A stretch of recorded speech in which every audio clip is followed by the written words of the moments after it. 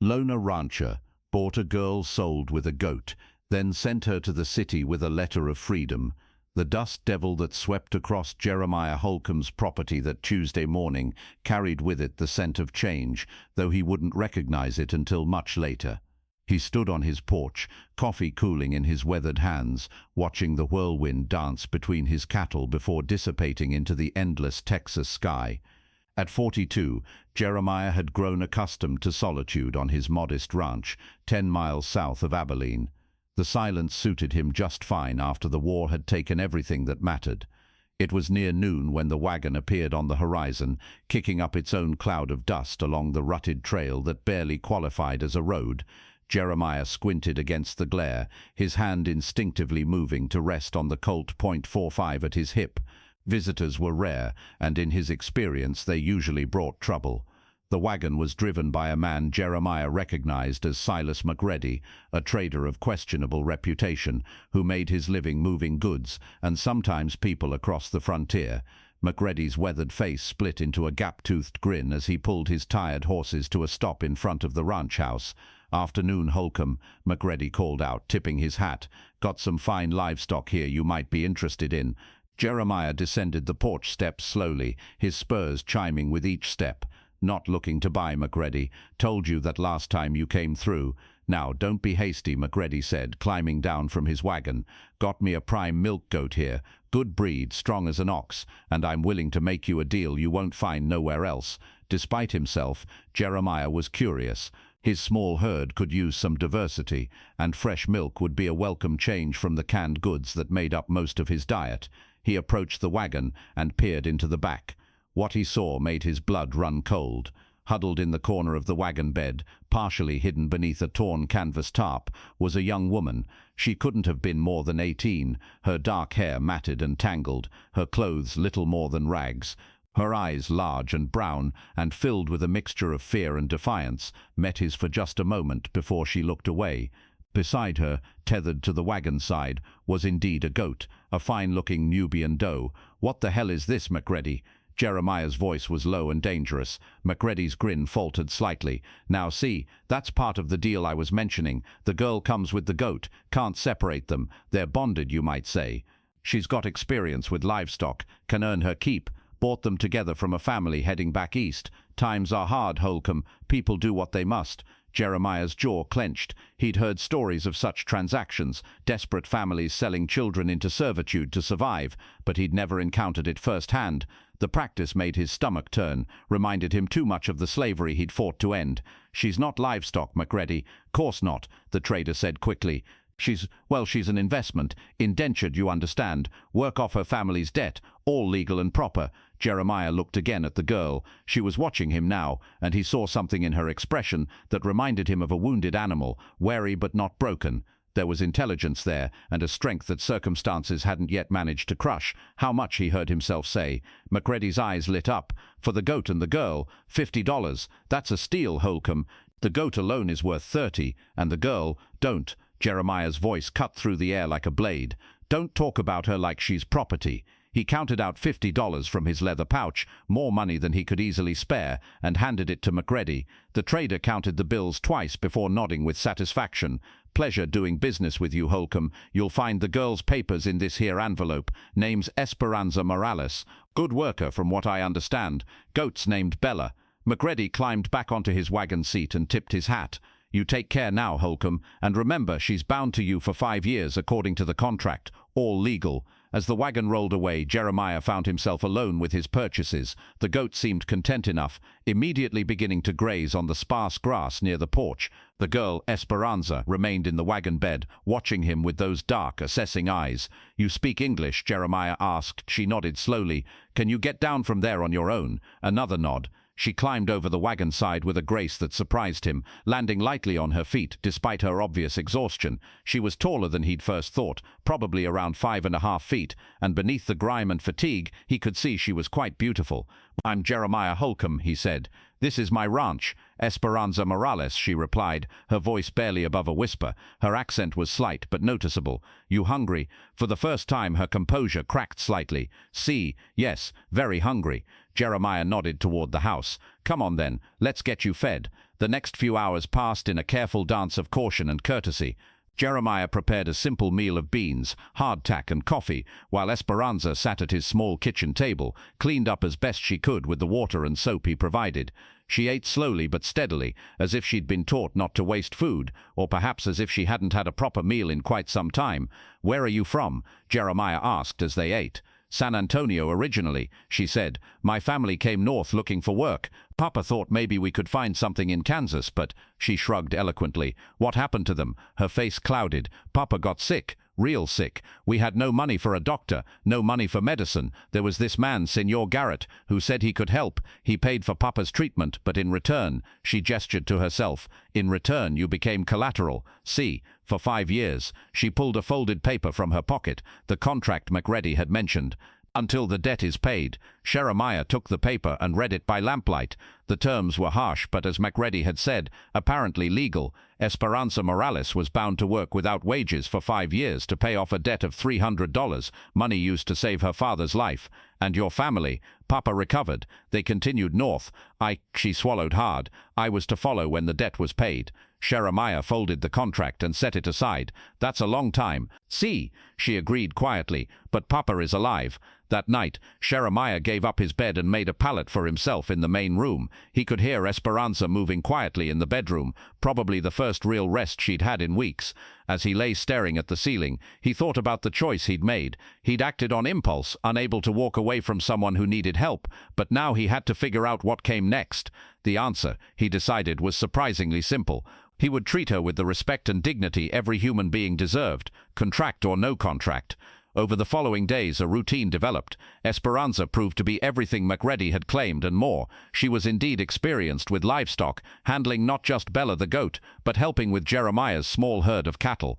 She could cook, clean, mend clothes, and had a dozen other skills that made life on the isolated ranch considerably easier. More than that, she was intelligent and curious. In the evenings after the day's work was done, she would ask Jeremiah about the books on his shelves, volumes he'd collected over the years on everything from animal husbandry to philosophy. When he discovered she could read but wanted to improve her English, he began teaching her, using his books as texts. "Why do you live alone?" she asked one evening as they sat on the porch watching the sunset paint the sky in shades of orange and red.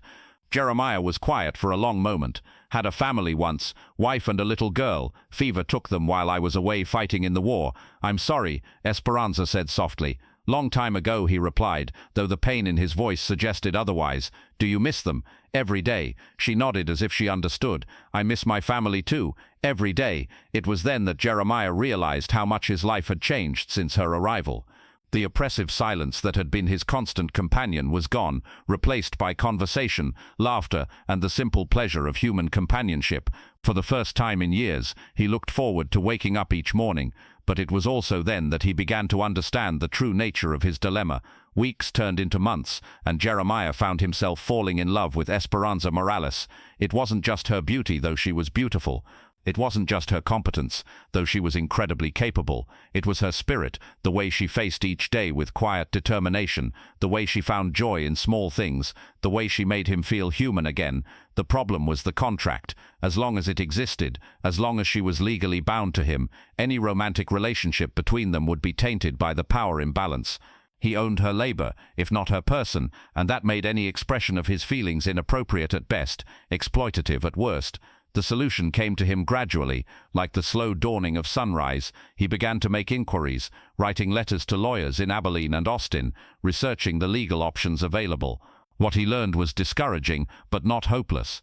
The contract was valid, but it could be terminated early if the debt was paid in full, or if the holder released the debtor from obligation. The debt was $300, a significant sum, but not impossible. Jeremiah had been saving money for years, planning to expand his ranch or perhaps move to better land. He had enough to buy Esperanza's freedom, though it would mean abandoning most of his plans for the future. It was, he realized, the easiest decision he'd ever made. But simply paying off the debt wasn't enough. If he freed her and then immediately declared his feelings, she might feel obligated to stay out of gratitude rather than genuine affection. She needed to make her own choice, free from any sense of obligation or dependence, which led to the second part of his plan. "Esperanza," he said one morning over breakfast, "I've been thinking, you mentioned once that you'd like to see more of the world, maybe even get some formal education." She looked up from her eggs, curious. "See, I did say that. Why? There's a women's academy in San Francisco. I've heard they accept students based on merit rather than just family wealth. Smart young women can earn their way through by working part-time while they study." Her eyes lit up with interest. "That sounds wonderful, but impossible. I am bound here for 4 more years. Jeremiah reached into his vest pocket and pulled out an envelope. "Not anymore." He handed her the papers inside, a legal document drafted by a lawyer in Austin, formally releasing Esperanza Morales from all obligations under her indenture contract. The debt had been paid in full. Esperanza stared at the papers, her hands trembling slightly. "I don't understand. You paid $300 for me?" "I paid $300 for your freedom," Jeremiah corrected. "There's a difference." Tears began to flow down her cheeks. "Why? Why would you do this?" "Because everyone deserves to be free. Because you deserve to choose your own path." She was crying openly now, clutching the papers to her chest.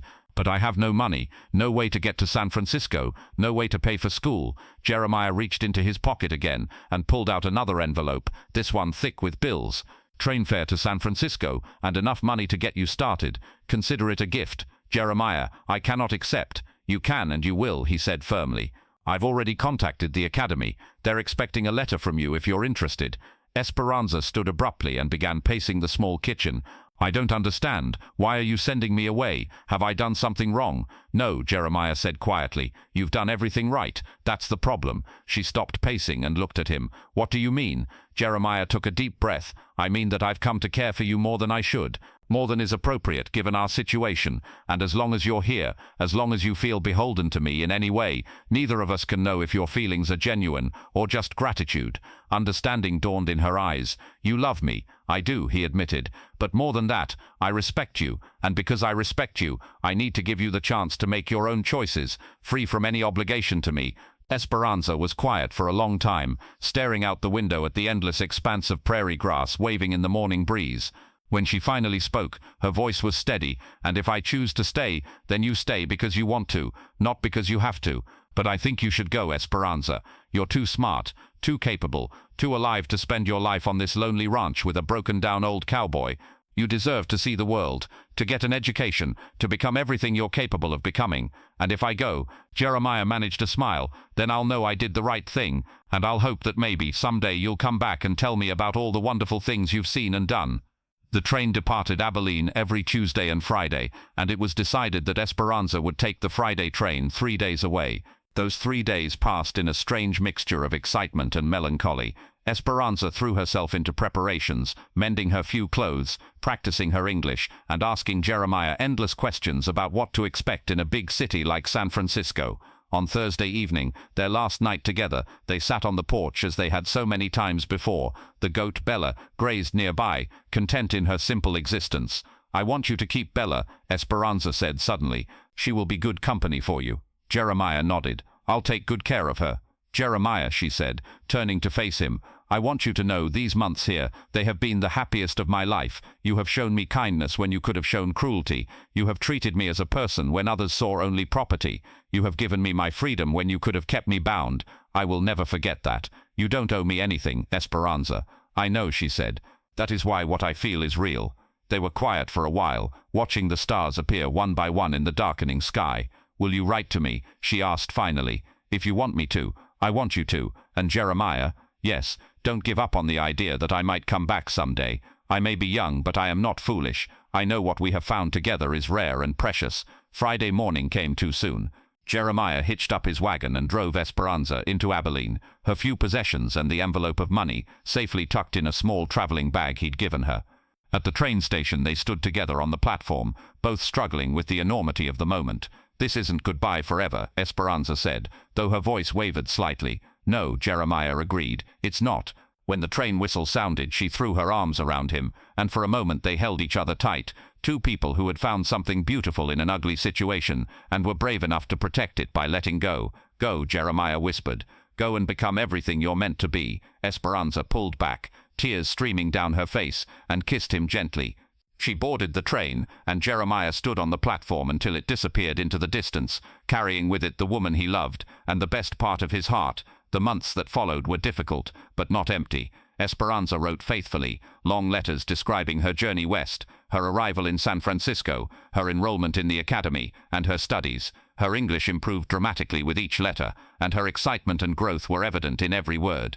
Jeremiah wrote back, sharing news of the ranch, of Bella the goat who had indeed proved to be excellent company, and of his own quiet life.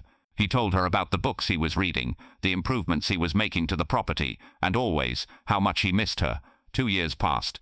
Esperanza's letters spoke of her academic achievements, her work as a translator and tutor to earn extra money, and the fascinating mix of cultures and ideas she encountered in the bustling city. But they also spoke of homesickness, not for San Antonio, but for a modest ranch south of Abilene, and the man who had given her the freedom to choose her own destiny. It was a Tuesday morning in early spring, when Jeremiah saw the dust cloud on the horizon again. This time, however, it wasn't a trader's wagon approaching his ranch. It was the weekly mail coach, and it was carrying a passenger. Jeremiah stood on his porch, hardly daring to hope, as the coach drew nearer.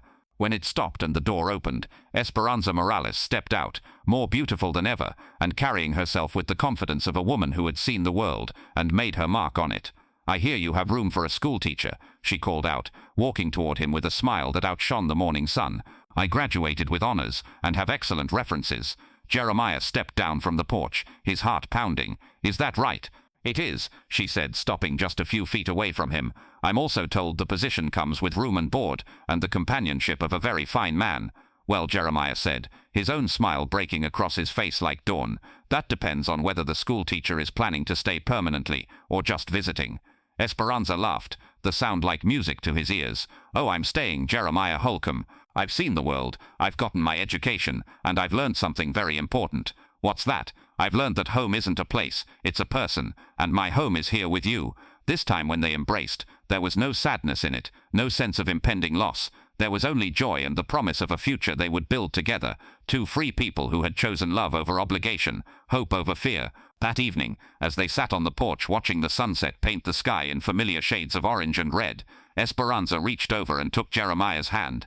"Do you remember what you told me about everyone deserving to be free?" she asked. "I do. You were right," she said, "but I think you were only half right." "How so?" "Everyone deserves to be free," she agreed. "But some people, if they're very lucky, also deserve to choose love." Jeremiah squeezed her hand and thought about the long journey that had brought them to this moment, from that first dusty morning when McGready's wagon had appeared on the horizon, to this perfect evening when everything had come full circle. "Yes," he said, "some people, if they're very lucky, get to choose love."